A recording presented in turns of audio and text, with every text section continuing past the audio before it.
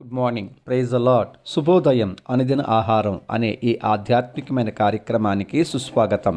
మనుషుడు రొట్టె వలన కాదు, దేవుని నోట నుండి వచ్చు ప్రతి మాట వలన జీవించును.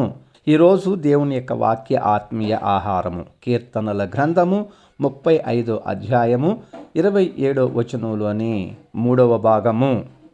తన సేవకుని క్షేమము చూచి ఆనందించు యెహోవా గణపరచబడునుగాక అని వారు నిత్యము పలుకుదురు. ఈ కీర్తన ద్వారా దేవునికి చేసిన ప్రార్థన జవాబు వలన ప్రజలందరూ దేవునిని ఘనపరచాలని, దేవునికి మహిమ రావాలని హృదయపూర్వకంగా ఇష్టపడుతూ రాశాడు దావీదు. దేవుడు తన శత్రువుల ద్వారా కలిగి ఉన్న శ్రమల నుండి విడుదల చూసే తన వారు దేవుడు తన సేవకునికి పక్షమున ఉన్నాడని, తన సేవకునికి క్షేమము దయచేయువాడని ఆనందించుచు దేవుణ్ణి కనపరచాలని తన జీవితంలో ఏ పరిస్థితి అయినా వాటి ద్వారా దేవుని నామమును ఘనముగా మహిమగా అందరూ స్తుతించాలని దేవుని దాసుడైన దావీదు ప్రార్థన. దేవుడు తనకు ఇచ్చే క్షేమము, ఆశీర్వాదము, విడుదల చూచిన వారందరూ దేవునిని గణపరిచే విధముగా మనకు చేసే మేలులు సర్వజనులకు కనపరచాలి. ఇది దేవుని ఉద్దేశము. మన ద్వారా ఆయన నామము ఘనపరచబడి కీర్తించబడాలని దేవుడు మన ఎడల ఉన్నతమైన ఉద్దేశము కలిగి ఉన్నాడు. ఐగుప్తు నుండి ఇశ్రాయేల్ ప్రజలు విడుదల పొందిన తరువాత వారికి ఎదురైన ఎర్ర సముద్రం యొక్క నీటిని దేవుడు రాసులుగా నిలబెట్టి ఆరిన నేల మీదుగా నడిపించిన వారిని వెంబడిస్తున్నటువంటి ఫరో సైన్యమును సముద్రంలో ముంచివేసిన తరువాత దేవునిని ఇశ్రాయేల్ ప్రజలందరూ కలిసి ఘనపరిచారు. దేవుడు చేసిన ఆ అద్భుత కార్యము ఇశ్రాయేలీయుల చరిత్రలో మరుపురాని ఒక గొప్ప సంఘటనగా దేవుడు నామమునికి ఘనత, కీర్తి, మహిమ తీసుకొచ్చే విధంగా ముద్రించబడి ఉన్నది. శృంగారమను దేవాలయము యొద్ద భిక్షమడుగు యొక్క మనుష్యుడు పుట్టినది మొదలుకొని కుంటివాడై కొందరి మనుషుల మీద ఆధారపడి ఉండగా యేసు నామములో ఆ వ్యక్తి స్వస్థత పొందగా ప్రజలందరూ విస్మయం పొంది దేవునిని మహిమపరుచున్నట్లు తనకు కలిగిన స్వస్థతను కనపరిచాడు. అంతేకాకుండా తన స్వస్థత ఒక పెద్ద సువార్త సభకు కారణమై అనేకులు రక్షణ పొందటం జరిగింది. సమూయేలు తల్లి అయిన హన్న అవమానం పొంది దుఃఖముతో కన్నీటితో షిలోహులోని దేవుని మందిరమునకు వచ్చారు.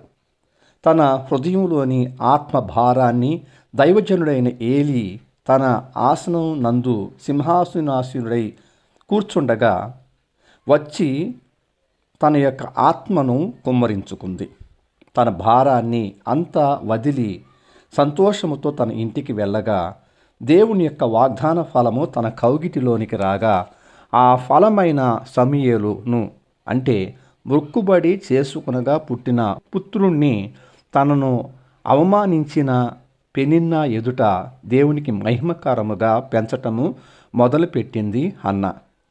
దేవుణ్ణి మొక్కుకొనగా పుట్టిన తన కుమారుణ్ణి పెనిన్నాకిని తన వారందరికీ కనపడే విధంగా దేవుని పరిచర్య చేయువానిగాను దేవునికి మ్రొక్కేవానిగాను నేర్పుతూ పాలిచ్చి పెంచినప్పుడు అవిశ్వాసురాలైనటువంటి పెనిన్న అంతకుముందు మందిరమునకు వెళ్ళే అలవాటు ఉన్నట్లుగా పరిశుద్ధ గ్రంథంలో రాయబడి ఉండక పోయినా తన ఇంటి వారందరూ అనే మాటతో తాను అంటే పెనిన్న కూడా విశ్వాసురాలుగా మారినట్లు గమనిస్తున్నాము.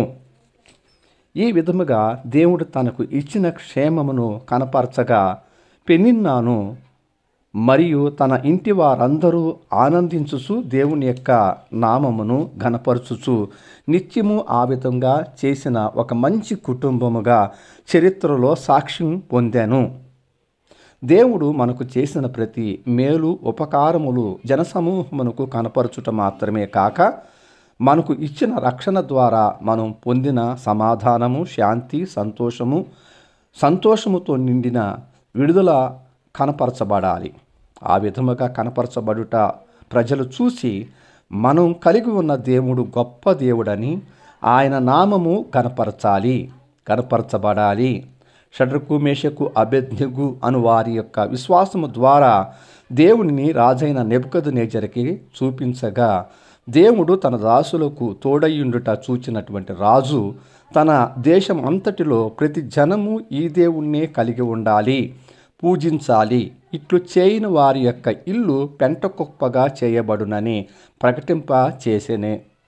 అలాగే మనల్ని బట్టి దేవుని నామము ఘనపరచబడి మహిమపరచబడునుగాక. ప్రార్థన.